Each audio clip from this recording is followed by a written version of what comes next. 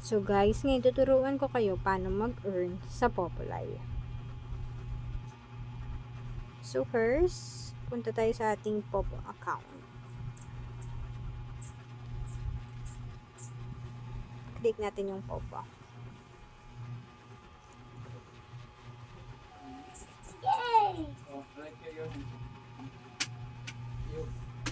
Okay. Ito yung ways ng earning sa Popo.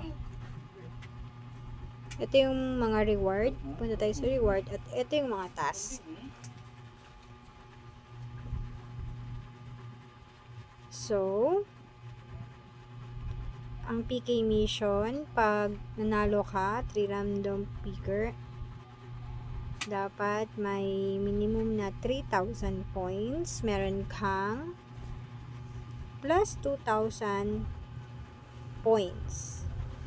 Daily life, para sa baguhan, 10,000 po yung per hour life. Pero dahil hindi na kami bago sa Popo, yung binibigay na lang ni Popo is 1,000 points. Pag mag-join ka ng party, uupo ka sa crown seat, meron kang 800 additional points. Kung 2 hours, meron kang 1,600. Next, invite. Sa invites naman ni Popo, pag ang invites mo ay na-complete niya yung task, 3-hour task, meron kang makaklaim na 10,000 points rewards. Click mo lang tong invite now, copy mo lang etong invite link, and isend mo kung sino man yung i-invites mo. Pwede ka ditong mag-earn hanggang $14. So, next is, mag-join ka sa party. Like me, pupunta ako sa aking strong agency kung saan ako belong.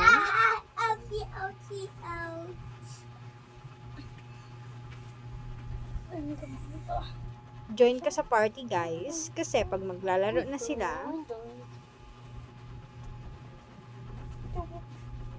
dito guys, pag maglalaro na sila, off mo lang yung mic mo. Pag maglalaro na sila guys, mag-drop yan sila ng coins. Next, pwede ka rin mag-send ng gifts. Wala akong coins. Pero itong gifts, parang meron ko siya, ay binabalik.